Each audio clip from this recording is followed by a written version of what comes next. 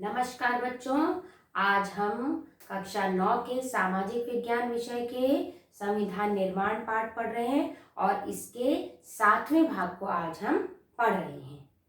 जैसा कि आपने पढ़ा था भारत के संविधान के बारे में, हम प्रस्तावना तक हमने पढ़ा था। अब हम कुछ बातें इसके अंतिम भाग में पढ़ेंगे। संविधान के बुनियादी मूल्य। संविधान की जब हम प्रस्तावना हमने पढ़ी थी तब हमने संविधान के बुनियादी मूल्यों को विस्तार में समझा था। तो जो संविधान की प्रस्तावना में जो लिखे हुए हैं वही उसके बुनियादी मूल्य हैं। लोकतंत्र, धर्मनिरपेक्षता, गणराज्य, न्याय, स्वतंत्रता, समानता, बंधुत्व, प्रभुत्व संपन्न और समाजवादी।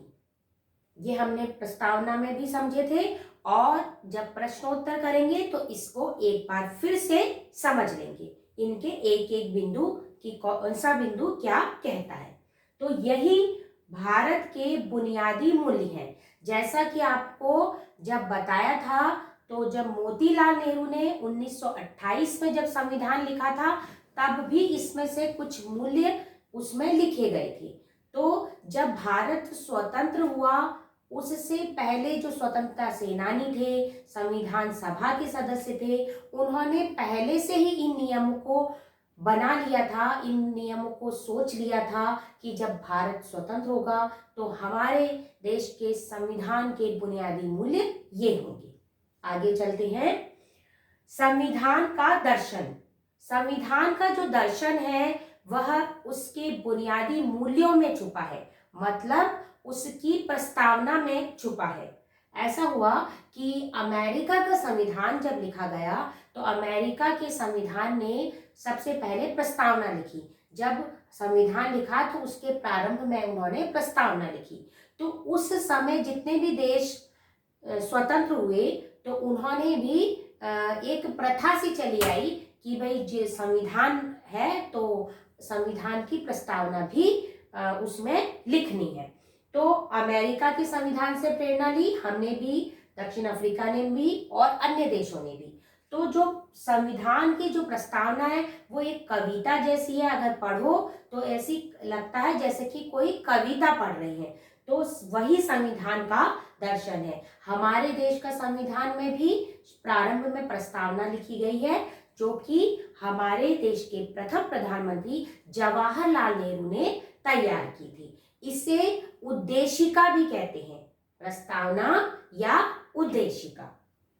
आगे चलते हैं। संस्थाओं का स्वरूप। हमारे देश के संविधान में न केवल बुनियादी मूल्य दिए गए हैं, न केवल संविधान का दर्शन है, बल्कि इसमें संस्थागत इसका रूप भी है एक। तो वो क्या है? ये संविधान हमारा बहुत विस्तृत है, विशाल है। आपको बताया था 12 खंडों में यह प्रकाशित हुआ।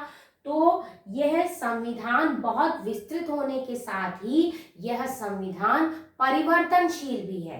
इस संविधान की एक बहुत बड़ी विशेषता है कि यह परिवर्तनशील है। जो संविधान निर्माता थे वे चाहते थे कि जब समय बदले, जब समय की मांग हो, तो जो नियम उन्होंने बना दिए हैं उनमें परिवर्तन किया जा सकता है। तो जो समय की मांग के अनुसार जो संविधान में परिवर्तन किया जाता है उसे कहते हैं संविधान संशोधन। ठीक है, 1 नंबर के प्रश्न में आता है कि संविधान संशोधन किसे कहते हैं? जो संविधान के नियम कानून है उनमें जो बदलाव किया जाता है उसे संविधान संशोधन कहते हैं।